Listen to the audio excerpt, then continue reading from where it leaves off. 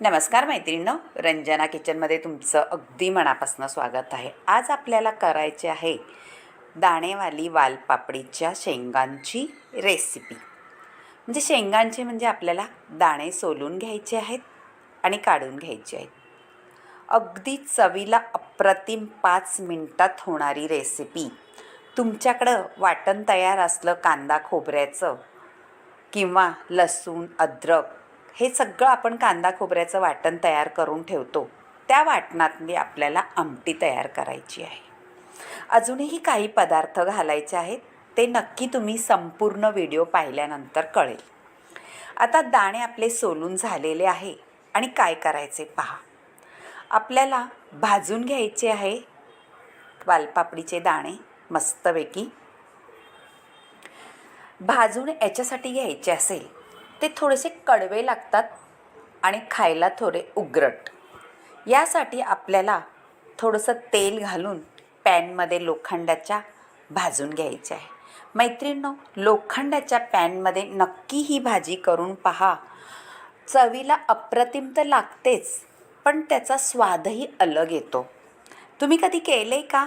नसली केली तर नक्की करून पहा।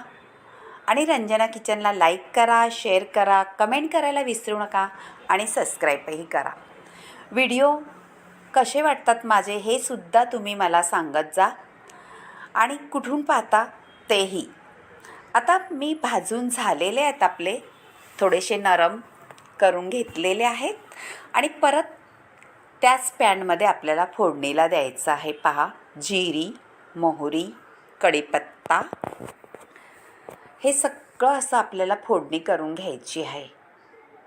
खमंग फोडणीमधला वालपापडीचा केलेली आमटी दाण्यांची। कधी तुम्ही केली असली तर मलाही सांगा का तुम्ही कशी करता ती। आणि ह्याच्यात वेगळं काही करायचं असलं ते सुद्धा सांगू शकता। हे आपलं घरचं चॅनल आहे, त्याप्रमाणे माझ्याशी तुम्ही कमेंट करून सांगू शकता। मला काहीही वाटत नाही, मला उलट चांगलंच वाटतं तुम्ही हे कमेंट करून मला सांगता ते वेगवेगळ्या प्रकारचं काही। आता मी कांदा आणि टॅमॅटो ते सुद्धा मी परतून घेणार आहे। मऊ पडल्यानंतर थोडासा कलर बदली झाल्यानंतर आपल्याला काहीसे पदार्थ घालायचे आहे पहा। पदार्थ म्हणजे छान त्याच्यात घुळून जातात आणि चवही भारी लागते। आता आपण झाकण ठेवून घेतलेलं आहे आणि झालेला आहे आपला टॅमॅटो आणि कांदा छान मऊसर लाल। आता त्याच्यात आपल्याला घालायचं आहे कांदा, खोबरं, लसूण, आलं हे सगळं भाजून घेतलेला वाटण करून घेतलेला मसाला आहे, तो सुद्धा त्याच्यात तेवढाच परतून घ्यायचा आहे आणि तेल सुटेस तोपर्यंत आपल्याला परतायचं आहे। त्यापूर्वी मी मसाले घालणार आहे। काश्मीरी लाल तिखट, हळद, घरगुती मसाला, कांदा लसूण मसाला आणि आपला गरम मसाला हे सगळं घालून आपल्याला कांदा खोबऱ्याच्या वाटणात व्यवस्थित हलवून तेल सुटस तोपर्यंत आपल्याला शिजवून घ्यायचं आहे। आता मीठही घालू चवीनुसार।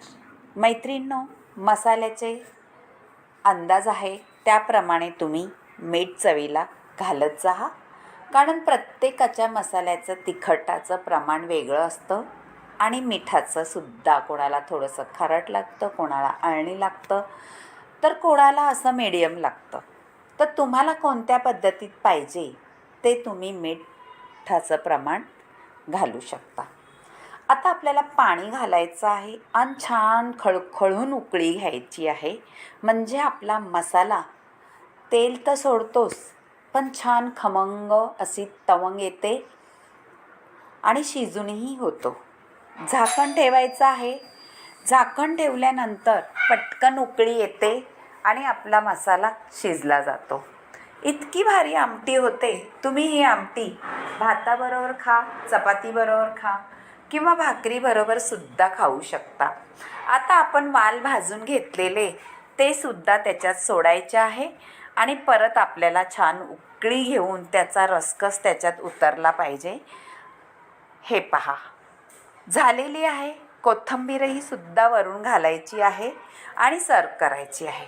बाय मैत्रिणो, भेटूया अशाच नवनवीन रेसिपी घेऊन. तोपर्यंत वालाच्या आमटीचे स्वाद घ्या आणि ही आमटी भाकरीबरोबर, भाताबरोबर, कशाही बरोबर तुम्ही खाल्ली तर तेवढीच अप्रतिम लागणार आहे. पहा किती सुंदर कलर आला आहे, मस्त दिसते आहे आणि खायलाही तेवढीच चवीला अप्रतिम झालेली आहे. करून पहा आणि रंजना किचनला लाईक करा, शेअर करा, कमेंट करायला विसरू नका आणि सबस्क्राईबही करा. मैत्रिणीशी सुद्धा हा आमटीचा प्रकार शेअर करा, त्यांनाही आवडेल. ओल्या दाण्याची आमटी, वालाच्या शेंगांची नक्की करून पहा. Bye bye. भेटूया आता अशाच वेगळ्या रेसिपीमध्ये. तोपर्यंत मला कमेंट करून सांगा तुम्हाला कशी वाटली ही वालाची आमटी आणि भारी झालेली चमचमीत झणझणीत. Bye bye.